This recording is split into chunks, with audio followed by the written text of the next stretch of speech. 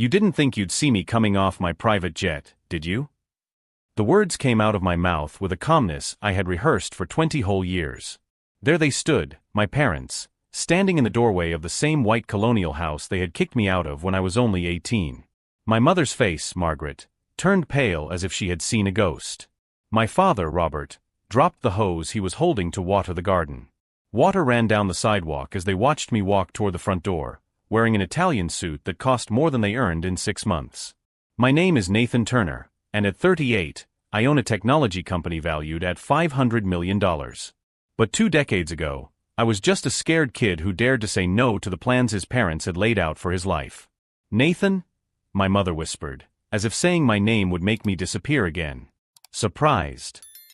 I asked, stopping a few feet away from them. I thought you might want to know how that story ended. Remember? When you called me a failure and kicked me out because I refused to marry Victoria Walsh. The silence that followed was deafening. I could see their minds racing, trying to process the information. The son they had discarded as a mistake was standing there, radiating success from every pore. You're back, my father managed to stammer. Temporarily, I replied, adjusting my fists. I'm in town to open my new office. You know, that 20-story building downtown? I just bought it outright. 20 years ago, it all started with a fight that would change my life forever. I had just graduated from high school with straight A's, a full scholarship to MIT, and dreams of building my own software company. My passion was programming. I spent entire nights writing code, imagining applications that could revolutionize the world. But my parents had other plans. Nathan, sit down, my mother had said on that fateful day in June. We have something wonderful to announce.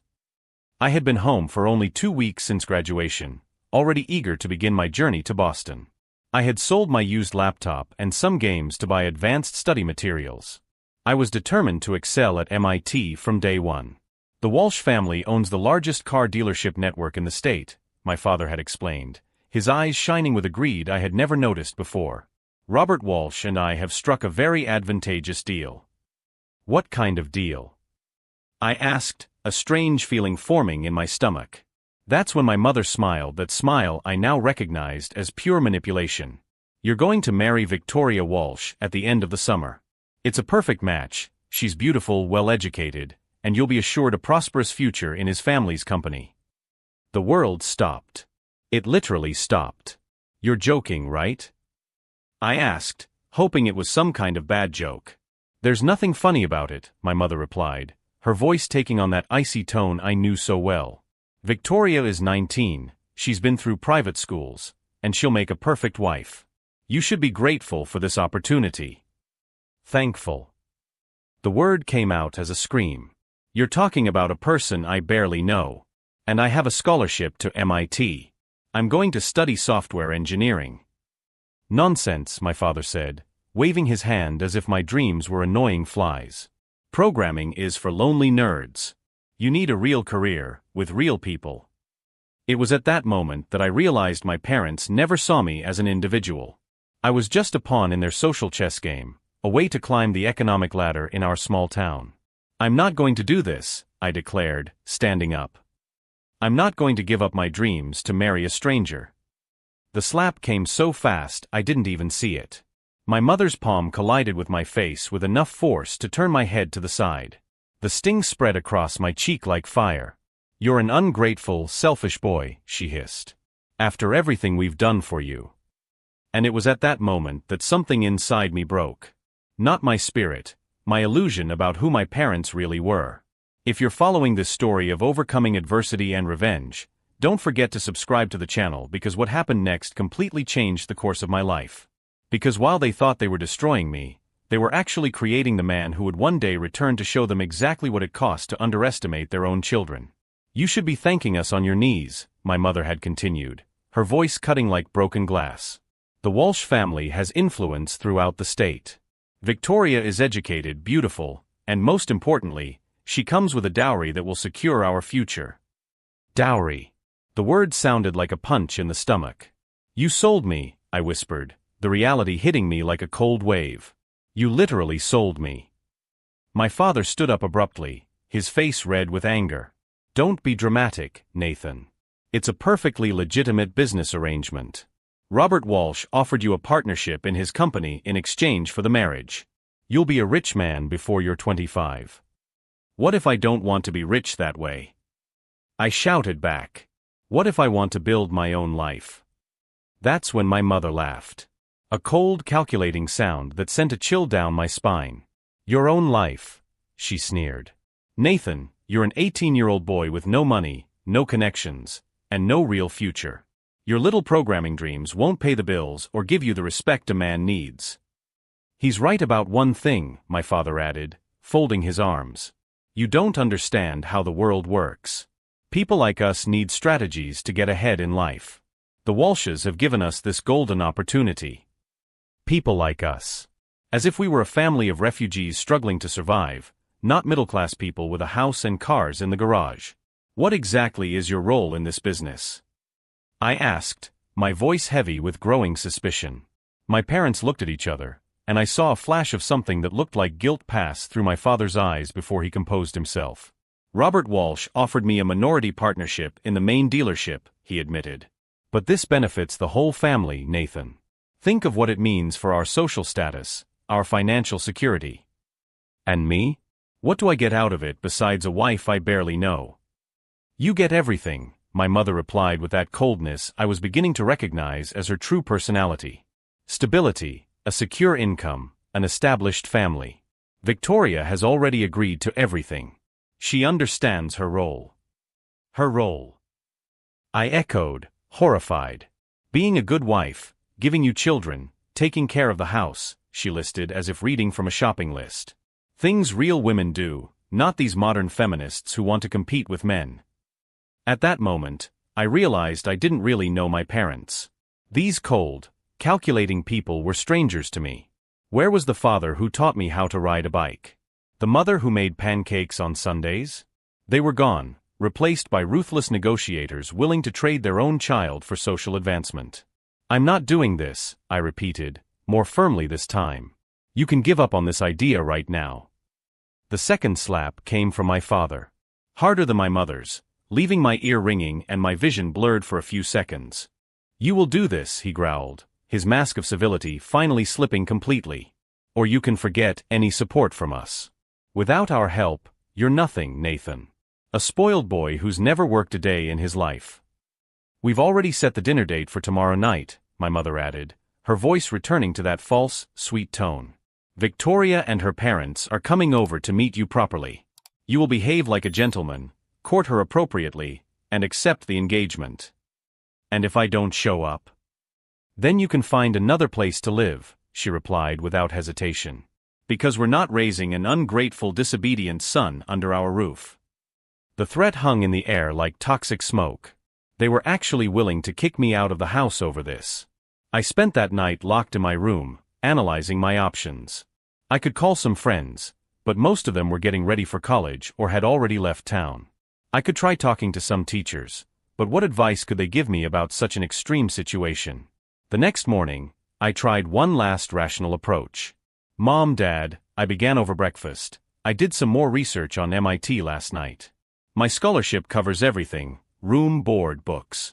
It won't cost you anything, and in 4 years I'll have a degree that will open up incredible opportunities. 4 years wasted, my mother muttered, not even looking up from the newspaper.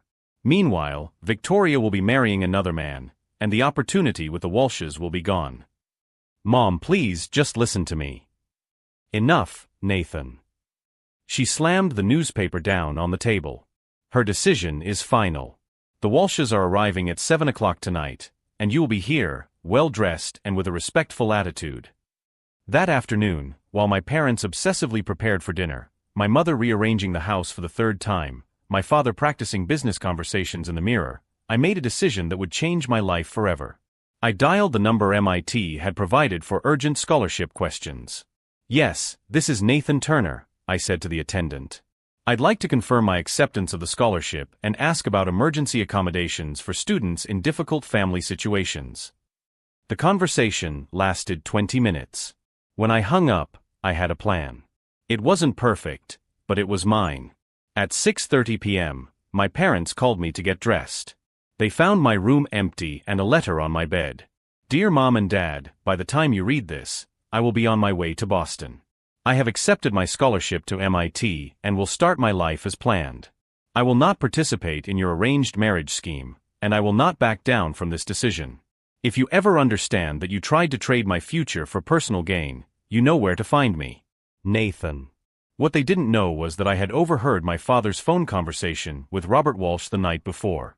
Through the thin office wall, I heard every sordid word about how they would divide the benefits of my marriage, including a specific amount that would be transferred on the day of the ceremony. $50,000. That was my price, apparently. As I waited at the bus stop with only a backpack and the $400 I had saved from summer jobs, I heard screams coming from my house. First my mother, then my father, then both of them arguing frantically about how they would explain my absence to the Walshes. The bus arrived at 7:15, just as Victoria and her parents should have been ringing our doorbell. I didn't look back. But what happened that first week in Boston almost broke me completely. And it was only the beginning of a journey that would test every fiber of my determination. Because while my parents dealt with the humiliation of explaining my escape to their new business partners, I was discovering that surviving away from home, even with a scholarship, would be harder than any code I would ever try to crack. The first week at MIT was a reality check that nearly broke me. My scholarship covered room and board and books, but it didn't cover emergencies.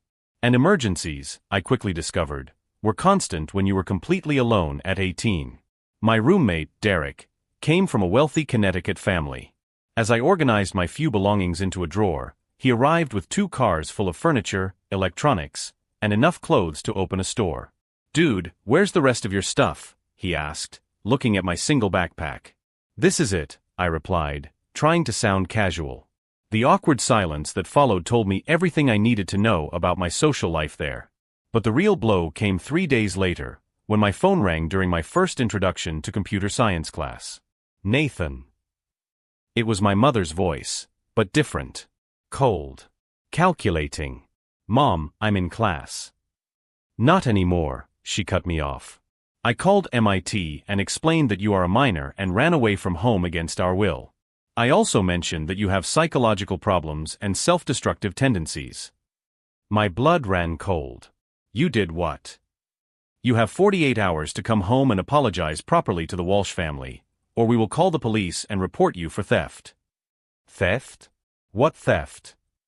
"The laptop you took was not yours. It belonged to your father's company. Estimated value, $3,000. It was a lie.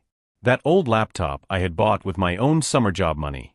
But I realized they were willing to lie, to criminalize me, to force me to come back. You also," she continued with terrifying calm, "have violated important family agreements. The Walshes are considering suing our family for breach of contract. $50,000 in damages." The call ended with a sharp click. I sat in the hallway of the academic building, my hands shaking, watching my world crumble before it had even begun. Other students passed by, chatting animatedly about projects and parties, completely oblivious to the fact that my life was imploding. That's when Jennifer Park approached me. "Are you okay?" she asked, sitting down next to me on the cold hallway floor. Jennifer was Korean American, a scholarship student like me, and had grown up in a tough neighborhood in Los Angeles. Unlike Derek and most of our classmates, she understood what it meant to fight for every opportunity. "Family," I muttered, not trusting my voice to explain further. "Oh," she said, and somehow that single word carried all the understanding I needed. "Do you want to talk?" It was that afternoon, in a noisy coffee shop near campus, that I told the whole story to someone for the first time. Jennifer listened without judgment, occasionally asking practical questions about timing and legal details. "First," she said when I finished, "that's extortion. Second, you need a lawyer. Third, you're not alone in this. I can't afford a lawyer. MIT has legal services for students.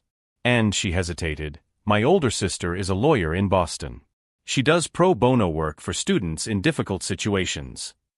For the first time in days, I felt a spark of hope. But my parents didn't stop there. Over the next 2 weeks, they escalated the psychological warfare in ways I never could have imagined. They called my academic advisor claiming that I had lied on my application about my family situation.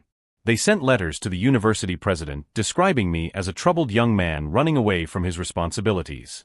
More painfully, I discovered they had hired a private investigator to find me and bring me home. The man showed up on campus, approaching my classmates, asking questions about my behavior and mental stability. "Your parents are concerned about your mental health," he said when he finally confronted me in the library. "They just want you to come home to get help." "I don't need help," I replied, trying to keep my voice steady. "I need to be left alone." "Kid, you're 18 years old. You think you know everything, but you're making a mistake that will ruin your life." It was at that moment, sitting among piles of programming books in the quiet MIT library, that something fundamental changed inside me. I had spent 18 years trying to be the son they wanted me to be. Trying to live up to their expectations, mold myself to their plans, accept their definitions of success and failure. But there, being hunted like a criminal for choosing my own future, I realized a devastating truth. They didn't see me as a person. They never did.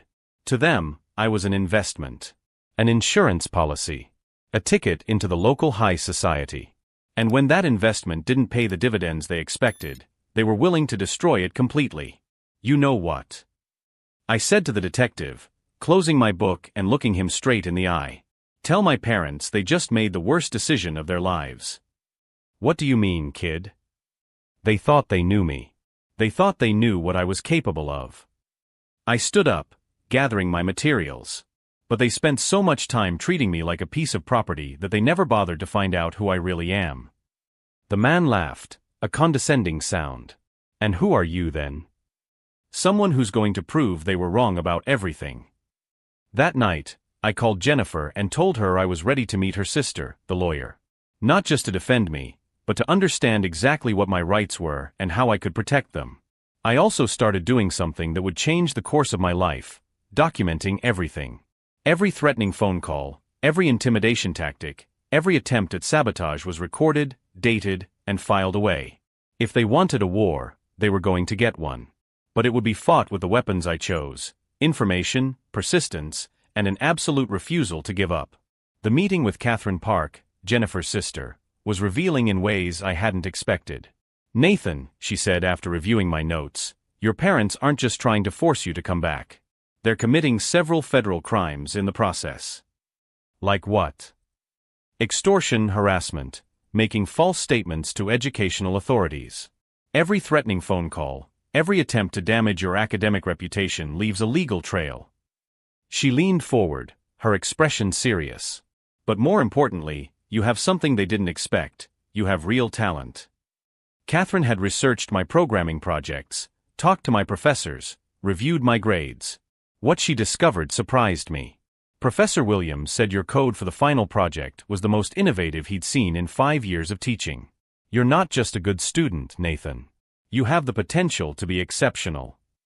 For the first time since I left home, I allowed myself to feel genuine pride in what I was building.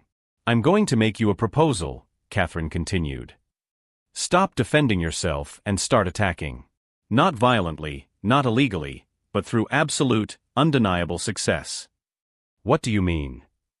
"Become so successful, so visibly brilliant, that any attempt on their part to harm you will only make them look petty and vindictive."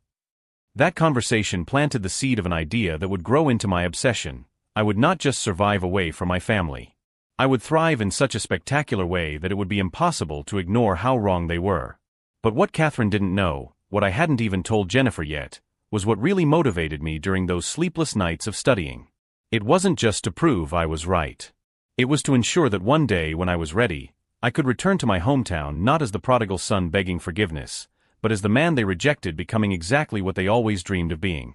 And when that day came, the look on their faces when they saw me stepping off my own private jet would be just the beginning of the lesson I would spend a lifetime planning to teach them. The conversation with Catherine changed my perspective completely. Instead of just defending myself, I began to build something that would render any attack from my parents irrelevant. Over the next 3 months, I immersed myself in my studies with an intensity that impressed even my most demanding teachers. While other students went out partying on the weekends, I spent hours in the computer lab, developing projects that went beyond the basic curriculum. My first breakthrough came when I created an algorithm to optimize real-time inventory systems. Professor Williams was so impressed that he connected me with a local startup that was facing exactly that problem. "Nathan," said the company's CEO, David Chun, after a 20-minute presentation of my project, "how old did you say you were?" 18, I replied, trying to sound more confident than I felt. "And how long have you been programming?" "Since I was 13. David and his partners looked at each other. "We want to buy your solution. And we want you to work with us as a consultant." The contract I signed that afternoon earned me $5,000, more money than I had ever seen in my life. But more important than the money was the confirmation that my talent had real market value. Meanwhile, my parents stepped up their tactics in a way that surprised me with its cruelty. I discovered that they had hired a second private investigator, this time to investigate my mental stability and collect evidence that I was dangerously unstable. He showed up on campus pretending to be a journalist interested in young prodigies, and tried to ask me leading questions about my family and my mental health. More disturbingly, I learned from Jennifer that someone had called her family in Los Angeles, claiming to be a concerned educational advisor, and asking questions about our friendship and whether she had noticed any worrying behavior in me. "They're trying to build a case to have you committed," Catherine explained during our second meeting. "If they can gather enough evidence of mental instability, they can request temporary guardianship, even though you're an adult." The calculated coldness behind this strategy shocked me more than anything they had done before. It wasn't just about forcing me to come home, it was about destroying my credibility and autonomy completely. "But they've made a mistake," Catherine continued, opening a thick folder. "Every move they make leaves a legal trail. We have evidence of harassment, defamation, and attempts to interfere with your education. If they escalate further, we can sue them for a fortune." That night, I made a decision that would define the next 20 years of my life. Instead of just defending myself or fighting back legally, I decided to do something that would render them completely powerless, become indisputably successful. I began meticulously documenting every project, every note, every recognition I received. I created a digital portfolio that showcased not only my technical work, but also my ability to solve complex problems and generate real value.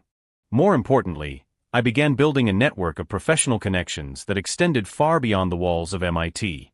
The second contract came through David Chun, who recommended me to a consulting firm that needed someone to modernize its legacy systems. The third came via Professor Williams, who mentioned my name at an industry conference. If you're following this journey of overcoming adversity and determination, don't forget to subscribe to the channel, because what happened over the next 2 years completely changed the game between me and my family. Little by little, I began to realize that I was building something much bigger than a career. I was creating an identity completely independent of the version my parents had of me. But they didn't give up easily. 6 months after running away from home, I received a phone call that almost broke me psychologically. "Nathan." It was my father's voice, but different. Weaker, almost pleading. "How did you get my number?" "Your friend Derek gave it to us." "Listen, son, your mother is in the hospital." My blood ran cold. "What happened?" "She had a nervous breakdown. The doctors say it's because of the stress of what happened between us. She won't stop crying and repeating that she lost her son." The guilt hit me like a punch in the stomach. For a moment, all my anger and determination wavered. "Nathan, you need to come back.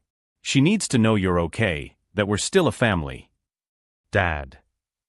Please. Just a visit. Just so she can see you're okay." I hung up the phone with my hands shaking.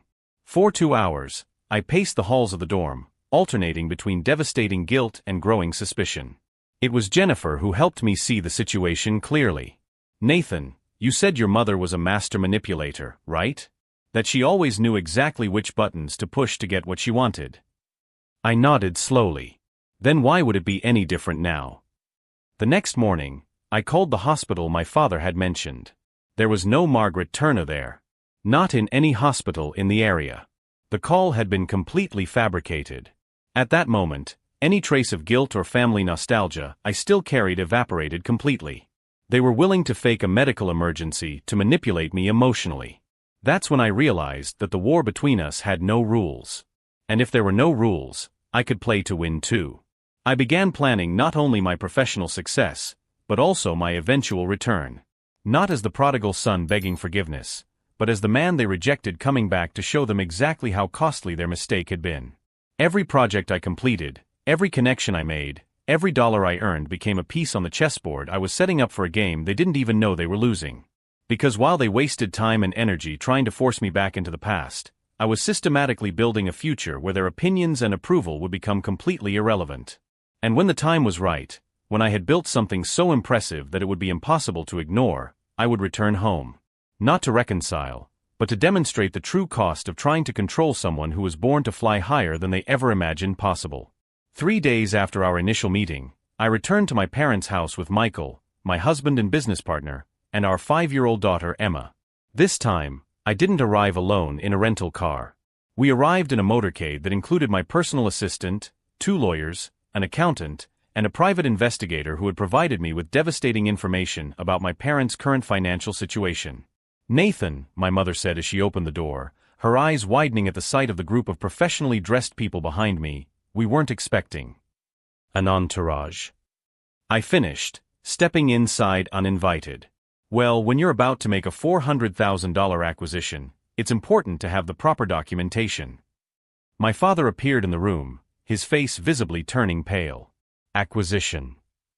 Please sit down," I instructed as my lawyers opened their briefcases on the dining room table that had witnessed so many family battles 2 decades earlier. "We have important matters to discuss." What followed was the most satisfying conversation of my adult life. "I discovered some interesting things during my research on you," I began, leafing through meticulously organized documents. "For example, that Robert Walsh's company, that family you wanted me to marry into, went spectacularly bankrupt 15 years ago. Tax fraud, money laundering, the whole operation collapsed." My mother and father looked at each other, clearly uncomfortable. "Even more interesting," I continued, "was discovering that you tried to sabotage my personal relationships even after I left home." "What are you talking about?" my father muttered.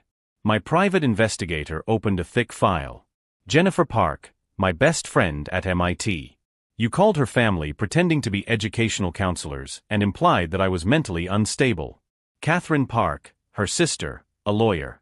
You tried to file a false complaint against her with the Bar Association for incorrectly advising a minor." My mother was turning visibly pale. "David Chun, the CEO who gave me my first consulting contract.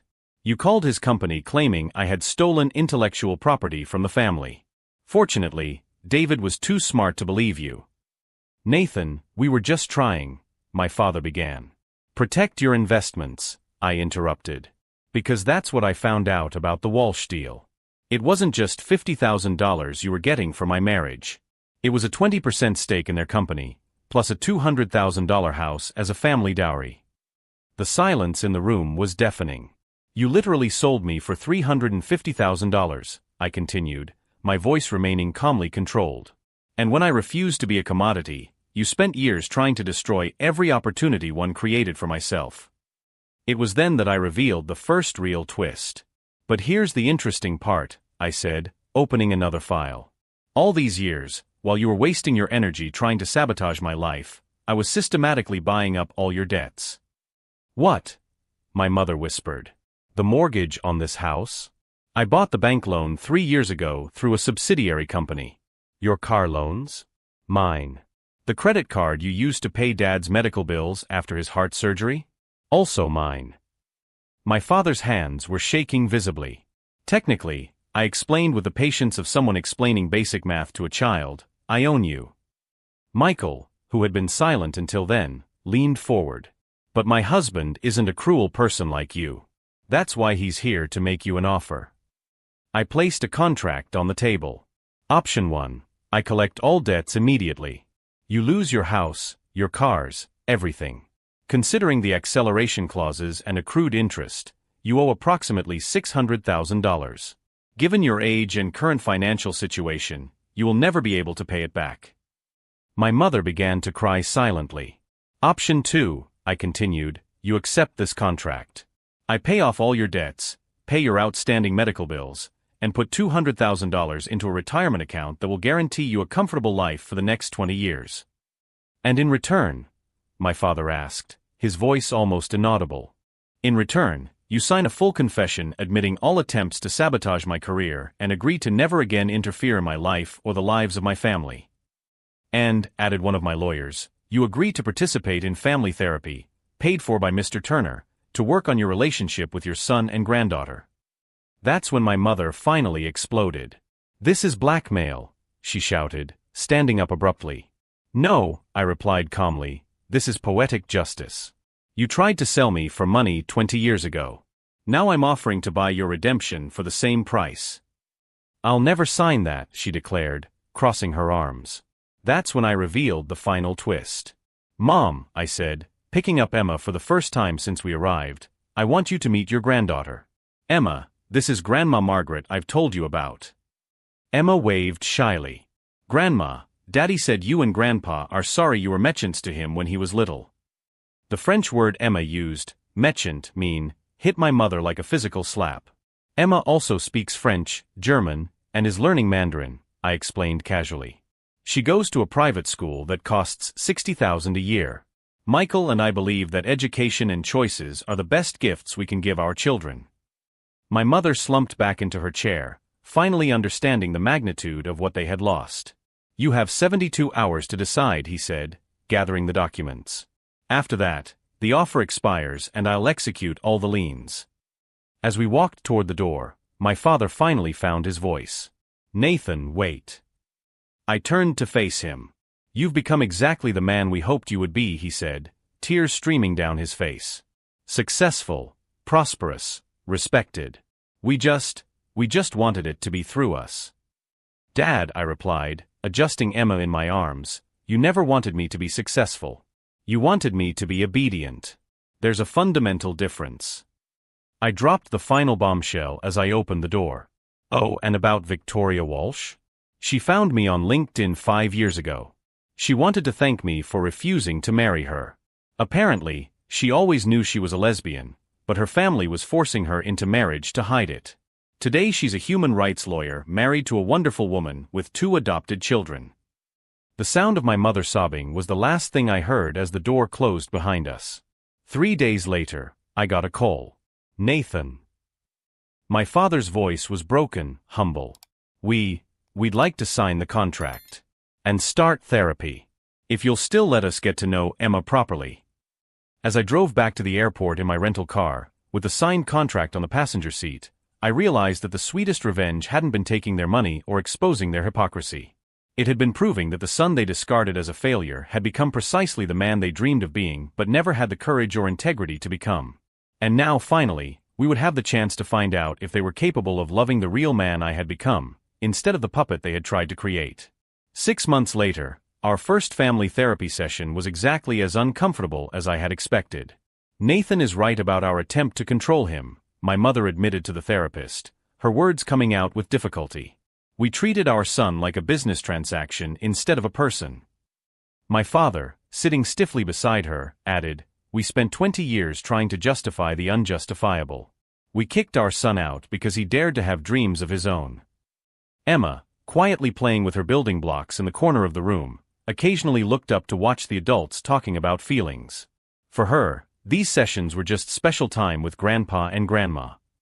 "Nathan," Dr. Sarah Wilson asked, "how do you feel hearing this?" "Relieved," I answered honestly. For 20 years, I carried the doubt that maybe I was wrong. That maybe I should have been more obedient, more grateful. The transformation wasn't instantaneous, but it was real. 3 months of weekly therapy revealed layers of family dynamics that none of us had fully understood. My mother, we discovered, had grown up in extreme poverty and developed an obsession with financial security that distorted her perspective on success. My father had been raised by an authoritarian man and never learned to question authority or stand up for his own convictions. It didn't excuse what they did, but it explained it. "You gave me the greatest gift possible," I told Dr. Wilson during our 10th session. "By rejecting me for following my own dreams, you taught me never to do that to Emma." The real test came when Emma turned 6 and expressed interest in 3 completely different activities: ballet, kids coding, and cooking classes. "Can we do all of them?" she asked with that innocent childlike expectation. "Of course," I replied without hesitation. "Let's try them all and see what you like best." My mother, who was visiting that weekend, watched the interaction silently. Later, while Emma was asleep, she approached me in the kitchen. "You're a better father than we deserve as grandparents," she said, her words heavy with meaning. "It's not about deserving," I replied. "It's about choosing to do things differently." The Pittsburgh office thrived beyond my expectations. My father, ironically, became one of my most valuable employees. His meticulous attention to detail and genuine rapport with clients were exactly what our customer service division needed. "I never thought I'd work for my own son," he confessed to me during one of our weekly lunches that had become a tradition. "Technically, you work for me," I corrected him. "We're a team now." The most significant change came when Emma turned 7 and decided she wanted to understand Daddy's sad story. We sat together in the garden of the house Michael and I bought in Pittsburgh, the same street where I grew up, but 5 houses down, and I explained in a way appropriate for her age about choices, consequences, and forgiveness. "Did Grandpa and Grandma make a lot of mistakes when you were little?" she asked. "Yes, they made some serious mistakes. But now they're good grandparents. Now they're learning to be. And have you forgiven them?" I paused, considering the question with the care it deserved. "I'm learning to forgive," I replied. "Forgiveness doesn't mean pretending that bad things didn't happen. It means choosing not to let the pain of the past control our future." Emma nodded with a seriousness that only children can bring to complex concepts. "Daddy," she said finally, "you're very smart." "Why?" "Because you turned a sad story into a good story." That night, as she slept, I realized that Emma had captured in a few words what had taken me years to understand. My most powerful revenge wasn't buying my parents' debts or exposing their attempts at sabotage. It was breaking the cycle of control and creating a family based on unconditional love and mutual respect. Today, at 38, I run a company valued at $500 million, have a marriage based on true partnership, and am raising my daughter to believe that her dreams matter. My parents, now in their 70s, spend Sundays with us, watching Emma build increasingly elaborate towers with her blocks, occasionally offering suggestions that she considers carefully before accepting or politely rejecting. "Nathan," my mother said last Sunday, watching Emma patiently explain to Michael how her tower would work as an elevator for fairies, "how did you manage to be so patient with us?" "I learned that anger is useful for motivating change," I replied, "but forgiveness is necessary to build something lasting." The last time I spoke with Victoria Walsh, now Victoria Chun, was 6 months ago, when she congratulated me on my Forbes article about entrepreneurs who prioritize family. "Thank you for saying no," she wrote. "If we had gotten married, neither of us would have found our true happiness." She was right. The arranged marriage would have destroyed not only my dreams, but hers as well. Sometimes the greatest kindness is having the courage to disappoint the people we love in order to protect our authenticity. If this story of overcoming adversity, forgiveness, and building something better touched your heart, subscribe to the channel for more real stories from people who turned their greatest pains into their greatest triumphs. Because in the end, I discovered that the most lasting success doesn't come from proving we were right, but from using our victory to create a world where more people can choose their own paths without fear of rejection. Emma doesn't know yet that she's heir to $500 million. But she knows with absolute certainty that she is loved exactly as she is, dreams and all. And that, I realized, is the only inheritance that really matters.